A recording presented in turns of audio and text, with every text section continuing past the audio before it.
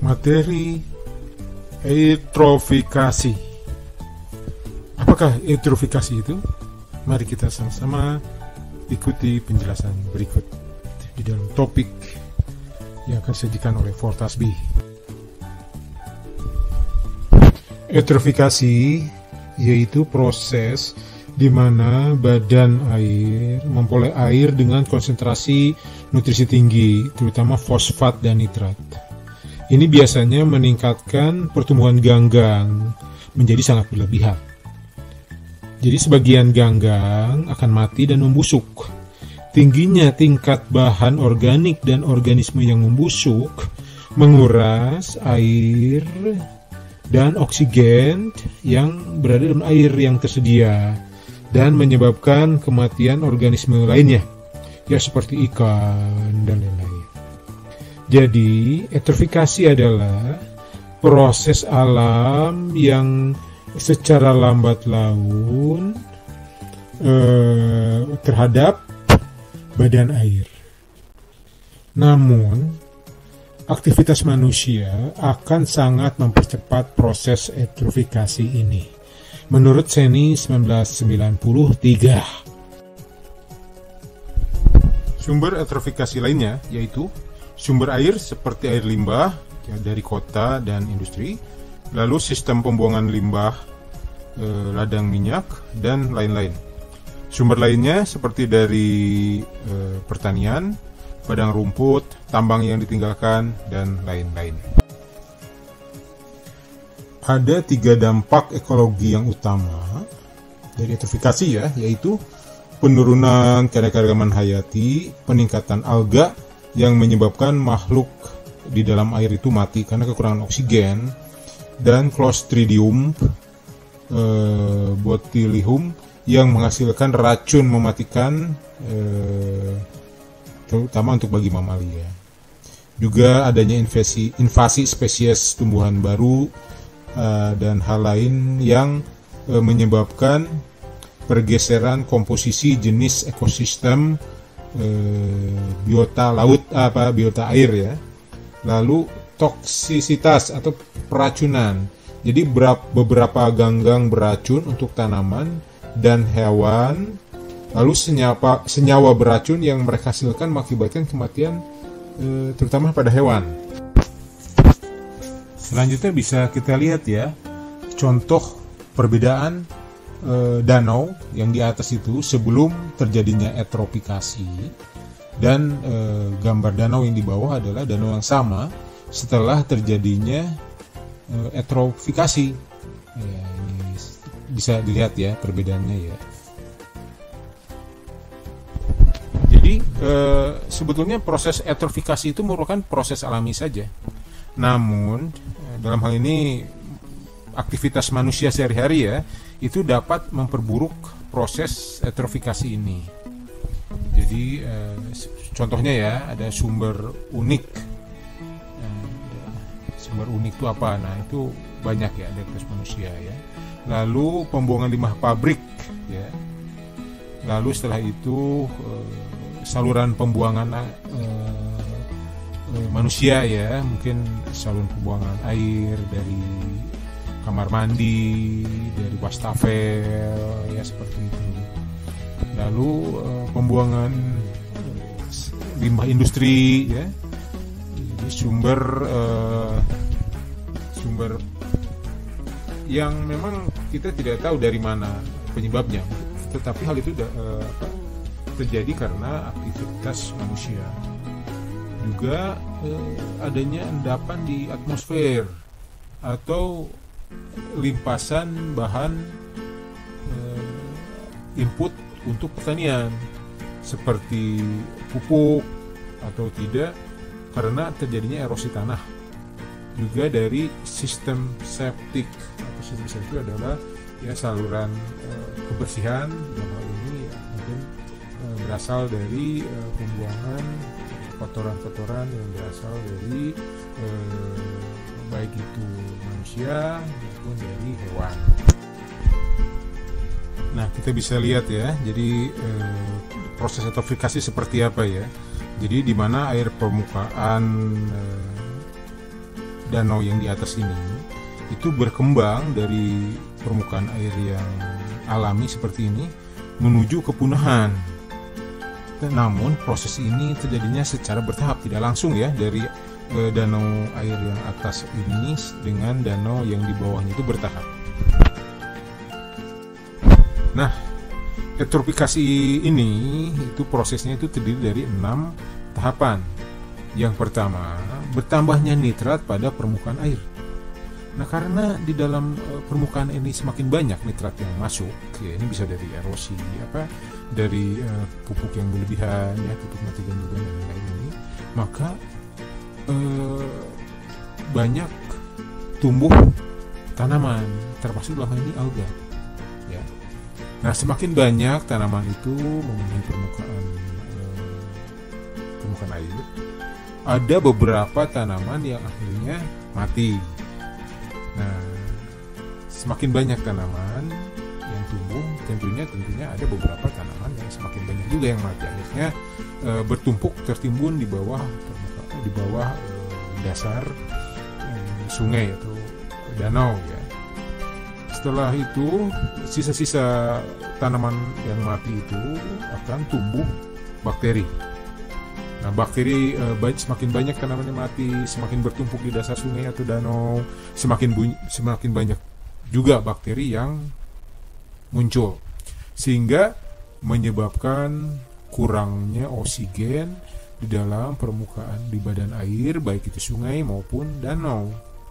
Nah, karena oksigennya berkurang sehingga membuat satwa-satwa air, baik itu air sungai maupun air danau, itu akan lemas ya, karena kurang oksigen, akhirnya pada mati. Nah, itulah 6 tahapan proses dari eutrofikasi. Biochemical Oxygen Demand atau BOD, apakah itu?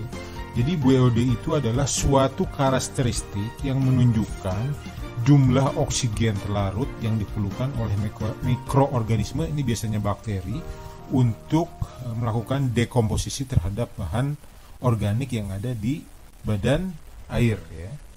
Jadi kalau BOD-nya tinggi, ini berarti di dalam permukaan atau badan air itu banyak bahan-bahan organik dan mikroba aerobik.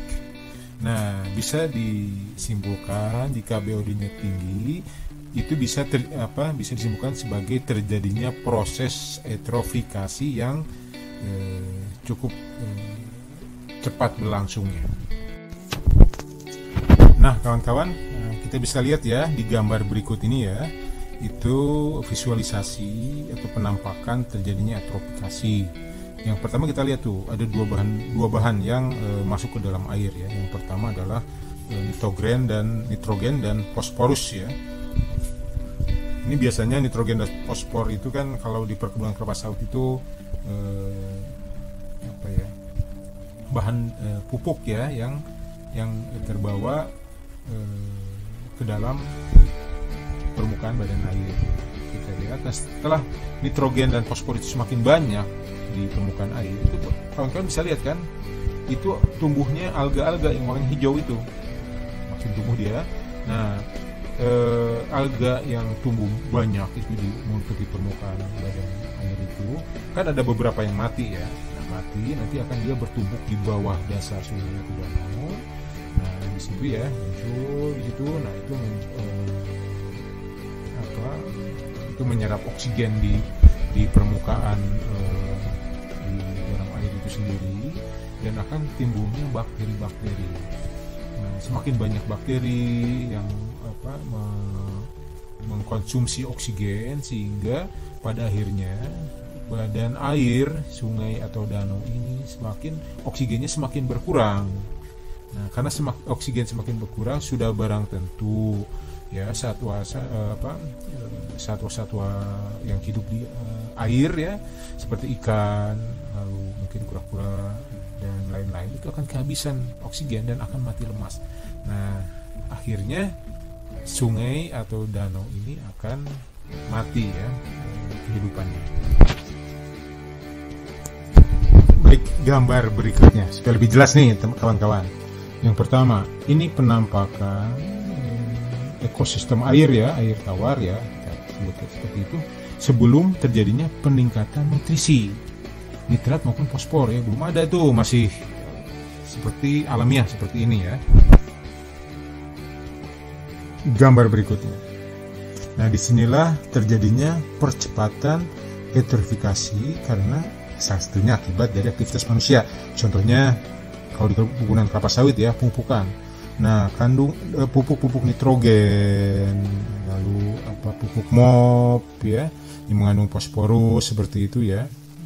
Nah, nitrat dan fosforusnya itu akan terbawa oleh erosi misalnya ya, atau terbawa air masuk ke dalam sungai sehingga terjadinya percepatan proses eutrofikasi di badan air baik itu sungai maupun danau.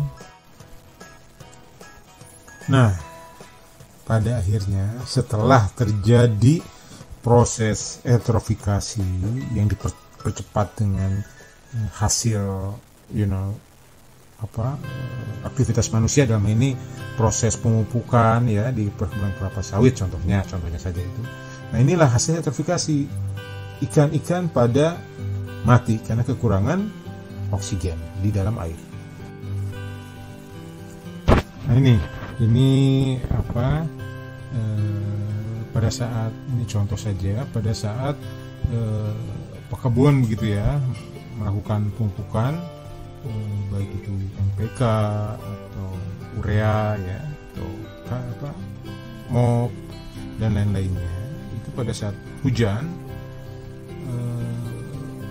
pupuknya itu terbawa oleh air hujan ya sampai masuk ke badan sungai atau badan danau.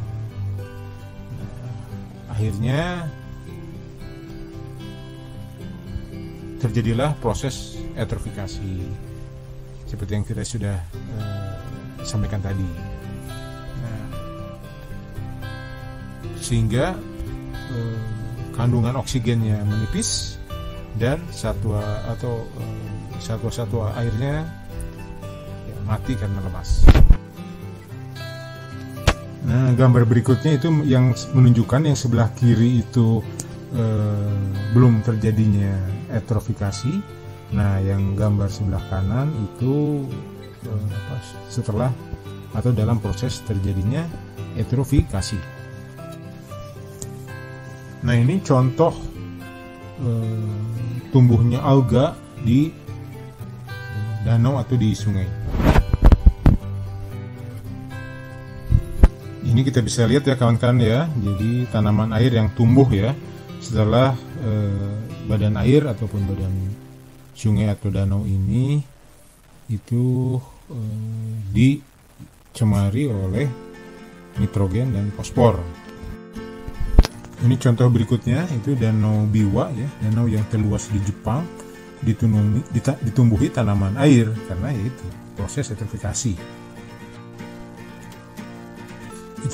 Kita bisa lihat contoh dari kematian ikan yang diakibatkan oleh kekurangan oksigen.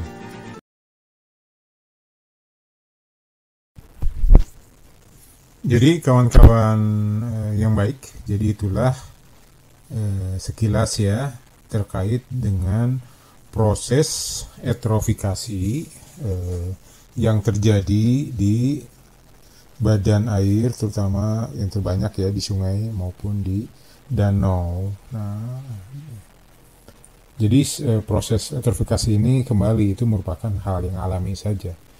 Namun aktivitas manusia itu yang menyebabkan proses eutrofikasi ini semakin memburuk dan semakin cepat. Nah, konteksnya di perkebunan kelapa sawit tentunya para pekebun wajib memberikan input berupa pemupukan ya untuk mendapatkan hasil produksi perkebunan kelapa sawit yang bagus dan baik dan jumlah yang banyak buahnya. Nah, tentunya tanpa menerapkan pemupukan dengan kaidah 4T, tepat jenis, tepat dosis, tepat tempat, dan tepat waktu, ini akan mengakibatkan kehilangan nutrisi dari pupuk tersebut, karena bisa saja bahwa nutrisi pupuk itu tidak dapat diserap oleh tumbuhan karena itu terlalu banyak atau salah tempat atau waktunya yang salah, menyebabkan pupuk-pupuk tersebut itu akan terbawa oleh air pada saat musim hujan ya, ke badan sungai ataupun badan danau. Nah, disinilah terjadinya proses eutrofikasi yang menyebabkan kerusakan ekosistem sungai maupun ekosistem danau. Jadi kuncinya apa? Untuk para pekebun, bila mumpuk terapkan prinsip 4T.